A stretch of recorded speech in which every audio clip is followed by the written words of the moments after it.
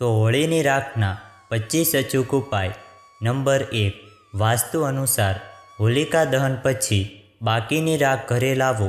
આ રાખને સાચી દિશામાં રાખવાથી જ દેવી લક્ષ્મીની કૃપા પ્રાપ્ત થાય છે. તમને જણાવી દઈએ કે આ રાખને ઘરના દક્ષિણ પૂર્વ દિશામાં એટલે કે અગ્નિ દિશામાં રાખવી જોઈએ. આ એકદમ શુભ છે.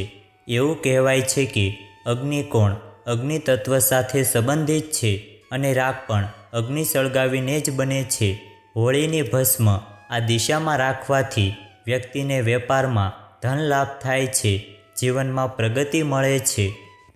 નંબર 2.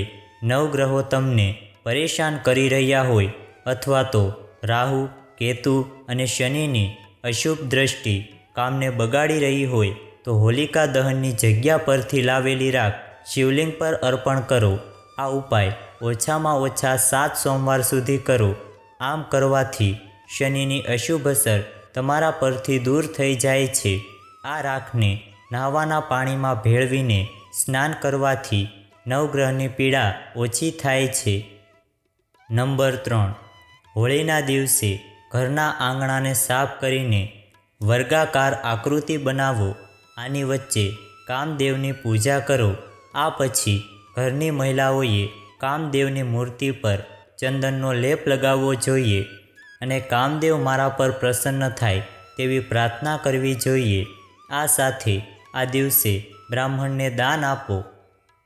નંબર 4.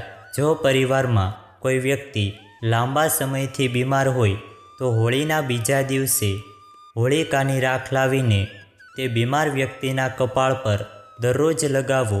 તેનાથી વ્યક્તિ જલ્દી સ્વસ્થ થઈ જાય છે. નંબર 5. હોલિકાની ભસ્મ આર્થિક મુશ્કેલી દૂર કરવા માટે ખૂબ જ અસરકારક માનવામાં આવે છે. હોળીની રાખને લાલ કપડામાં બાંધો. તેની સાથે 7 કોડી લઈને તમારા ઘરની તિજોરી અથવા તો પૈસાની જગ્યાએ રાખો.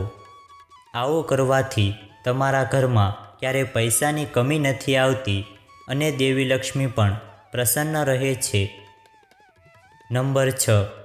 ઘણી વખત જીવનમાં એક પછી એક સમસ્યાઓ આવવા લાગે છે, જેના કારણે કેટલાક લોકો એવું માને છે કે કોઈની નજર લાગી ગઈ છે અથવા તો કોઈ તાંત્રિક ક્રિયા કરવામાં આવી છે. જો તમને પણ લાગે છે કે કોઈએ તમારા પર કોઈ તાંત્રિક વિધિ કરી છે જેના કારણે તમે તમારા જીવનમાં મુશ્કેલીઓનો સામનો કરી રહ્યા છો, તો તમે હોલિકા દહન સમયે દેશી ઘીની અંદર 2 લવિંગ, 1 પતાસું, 1 નાગરવેલનું પાન અને થોડી ખાંડને સળગતી હોળીની અગ્નિમાં નાખી દો અને તેને બીજા દિવસે હોળીની રાખને ચાંદીના તાવીસમાં ભરીને ગળામાં ધારણ કરી લેવી. આમ કરવાથી તમારી ઉપર જે તાંત્રિક ક્રિયાઓ કરવામાં આવી હશે તે બધી જ નષ્ટ થઈ જશે. માન્યતા છે કે તાવીસ ધારણ કરવાથી કોઈ પણ પ્રકારની નકારાત્મક શક્તિનો ભય રહેતો નથી. નંબર 7. જો તમને નોકરી કે ધંધામાં મુશ્કેલી આવી રહી છે તો હોલિકા દહનના સમયે હોળીની ઊંધી પરિક્રમા કરવાની સાથે આંકડાના મૂળને તેમાં નાખી દેવા. સાથે જ પ્રાર્થના કરવી કે તમારા કાર્યક્ષેત્રની બધી જ તકલીફ દૂર થઈ જાય અને લાભ થાય. આ ઉપાય કરતા દરમિયાન તમારે એક ખાસ વાત યાદ રાખવી કે આ તમારા સારા માટે કરવાનો છે, કોઈનું ખોટું કરવા માટે નહીં. નંબર 8. જો તમે વારંવાર આર્થિક નુકસાનનો સામનો કરી રહ્યા છો તો હોલિકા દહનની સાંજે તમારે તમારા મુખ્ય દરવાજાની ચોખટ પર 2 મુઠ્ઠી લોટનો દીવો કરવો જોઈએ. ચોખટ પર થોડા ગુલાબ છાંટવા જોઈએ અને દીવો પ્રગટાવવો જોઈએ. દીપ પ્રગટાવવાની સાથે માનસિક રીતે આર્થિક નુકસાન દૂર કરવા માટે પ્રાર્થના કરવી જોઈએ. આ ઉપાય અસરકારક સાબિત થશે. નંબર 9. હોળી પછી બીજા દિવસે સવારે હોલિકાની રાખની 7 ચપટી ઘરમાં લાવો. હવે આ રાખને તાંબાના 7 છિદ્રોવાળા સિક્કાની સાથે એક લાલ કપડામાં બાંધીને તિજોરીમાં રાખો. તેનાથી ઘરમાં પૈસાની વૃદ્ધિ થશે. જો તમે આ કપડાને તમારી દુકાનના મુખ્ય પ્રવેશ દ્વાર પર લટકાવશો તો તમારી દુકાન અને વ્યવસાયમાં પ્રગતિ થશે. નંબર 10. જો તમે તમારા વ્યવસાયમાં સતત નુકસાનનો સામનો કરી રહ્યા છો અને આર્થિક સંકટનો સામનો કરવો પડી રહ્યો છે તો તમારે ફક્ત તે વ્યક્તિનું નામ દાડમની પેનથી લખવાનું છે. જ્યારે હોળી દહન કરવામાં આવે અને તેના પર લીલું ગુલાબ છાંટી દો, પછી જ્યારે હોલિકા દહન થઈ જાય ત્યારે તે જગ્યાની રાખને વહેતા પાણીમાં પ્રવાહિત કરી દેવી. આમ કરવાથી ધન સંબંધિત તમામ સમસ્યાઓ દૂર થઈ જાય છે. નંબર 11. ઘણી મહેનત અને પ્રયાસ પછી પણ જો તમારી આવક નથી વધતી અને પૈસા તમારા હાથમાં નથી ટકતા તો હોળીની રાખમાંથી આ ઉપાય કરવાથી તમને ફાયદો થશે. હોળીની રાખને લાલ કપડામાં બાંધીને તેની એક નાની પોટલી બનાવીને હંમેશા માટે તમારા પર્સમાં રાખો. નંબર 12. જો ઘરમાં કોઈ વ્યક્તિ હંમેશા બીમાર રહે છે તો હોલિકાની ભસ્મને કોઈ કપડામાં બાંધીને વ્યક્તિના માથાની આસપાસ 7 વાર ફેરવો અને પછી તેને માટીમાં દાટી દો. આમ કરવાથી ઝડપથી નજર ઉતરી જશે, રોગ દૂર થાય છે. હોલિકા દહનની રાખ બીમાર વ્યક્તિના શરીર પર છાંટવી અને આ રાખ તેના પલંગ અને તેના દ્વારા ઉપયોગમાં લેવાતી વસ્તુઓ પર લગાવવાથી આરામ મળે છે. નંબર 13. વાસ્તુ દોષથી મુક્તિ મેળવવા માટે હોલિકા દહનના બીજા દિવસે સૌથી પહેલાં તમારા ઇષ્ટદેવને ગુલાલ ચડાવો અને તમારા ઘરની ઈશાન દિશામાં તેમની પૂજા કરો. આ ઉપાયને અનુસરવાથી તમારું ઘર વાસ્તુ દોષથી મુક્ત થઈ જશે. નંબર 14. જો તમારી કુંડળીમાં કોઈ પ્રકારનો દોષ હોય અને કોઈ કામ હંમેશા બાકી રહેતું હોય તો હોલિકા દહનની ભસ્મ ઠંડી થઈ જાય પછી તેને ઘરમાં લાવીને તેને પાણીમાં ભેળવીને શિવલિંગ પર ચડાવો. આમ કરવાથી ભગવાન ભોલેનાથ પ્રસન્ન થાય છે અને તમને ઈચ્છિત ફળ આપે છે. નંબર 15. જો કોઈ વ્યક્તિ ડરની છાયામાં હોય તો તેણે હોળીના દિવસે એક નાળિયેર, 2 લવિંગ, 1 પીળી સરસવ લઈને આ બધી વસ્તુઓ પીડિત વ્યક્તિ પર 21 વાર ઉતારીને હોળીની અગ્નિમાં નાખી દો. બધી આડઅસર સમાપ્ત થઈ જશે. નંબર 16. હોળીની રાખ ખૂબ જ પવિત્ર માનવામાં આવે છે. તેને ઘરમાં રાખવાથી રાહુ અને કેતુની ખરાબ નજર દૂર રહે છે. આ ઉપરાંત બીમારીઓ ઘરમાં રહેતી નથી. એવું કહેવાય છે કે તાંત્રિક દ્વારા હોળીની રાખનો ઉપયોગ તાંત્રિક ટોટકા કરવા અને જ્યોતિષ ઉપાયો કરવા માટે કરવામાં આવે છે અને તે ખૂબ જ અસરકારક હોય છે. નંબર 17. હોલિકા દહનના બીજા દિવસે સવારે ઉઠો, હોલિકાની રાખ ઘરે લાવો, તેમાં મીઠું અને રાઈ મિક્સ કરીને ઘરમાં રાખો.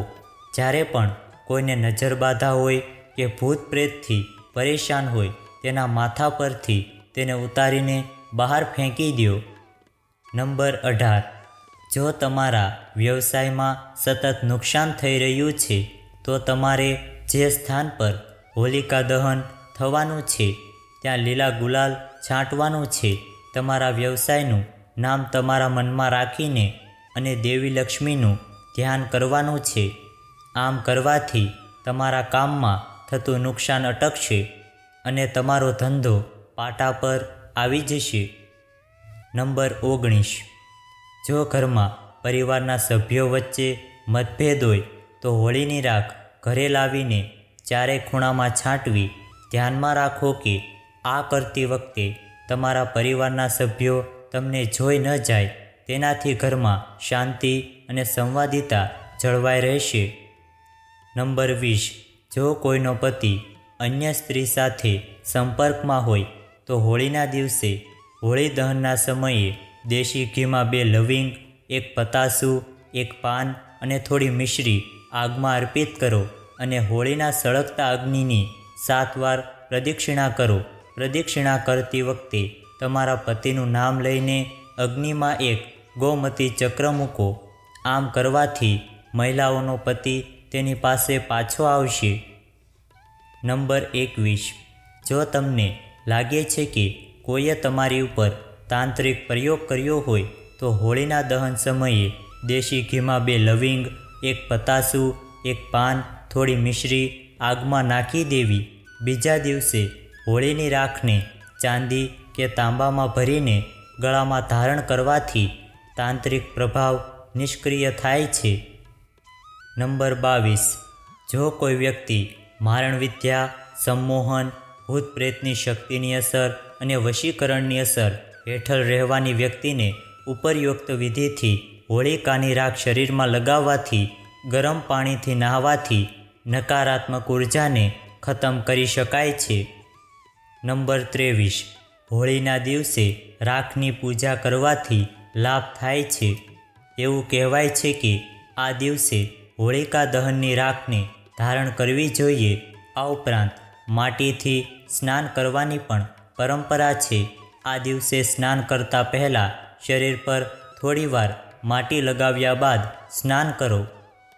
નંબર 24, ધાર્મિક માન્યતાઓ અનુસાર હોળાષ્ટકના 8 દિવસોમાં ભગવાન વિષ્ણુના મહાન ભક્ત પ્રહલાદને તેના પિતા હિરણ્યકશ્યપે મૃત્યુ જેવી પીડા આપી હતી. છેલ્લા દિવસે હોલિકા તેને ખોળામાં લઈને અગ્નિમાં બેઠી હતી. હોલિકાને વરદાન હતું કે અગ્નિ તેને ક્યારેય પણ બાળી શકશે નહીં, પરંતુ ભગવાનની કૃપાથી હોલિકા બળી ગઈ અને પ્રહલાદ આ અગ્નિમાંથી સુરક્ષિત રીતે બહાર આવી ગયો. હોલિકા દહનથી પ્રહલાદને પણ અનેક પરેશાનીઓમાંથી મુક્તિ મળી. વાસ્તુશાસ્ત્ર અનુસાર હોળિકા દહનની રાખ ખૂબ જ ફળદાયી હોય છે. જો આ વિડીયો તમને પસંદ આવ્યો હોય તો વિડીયોને લાઈક કરજો, ચેનલને પણ સબસ્ક્રાઈબ કરજો અને બાજુમાં આપેલા બેલ આઇકનને પ્રેસ કરીને ઓલ ઉપર સિલેક્ટ કરી લેજો, જેથી તમને વિડીયોની નોટિફિકેશન સૌથી પહેલાં મળતી રહે. અને કોમેન્ટ બોક્સમાં જય મા લક્ષ્મી જરૂરથી લખજો. વિડીયોને છેલ્લે સુધી જોવા બદલ આપનો ખૂબ ખૂબ આભાર.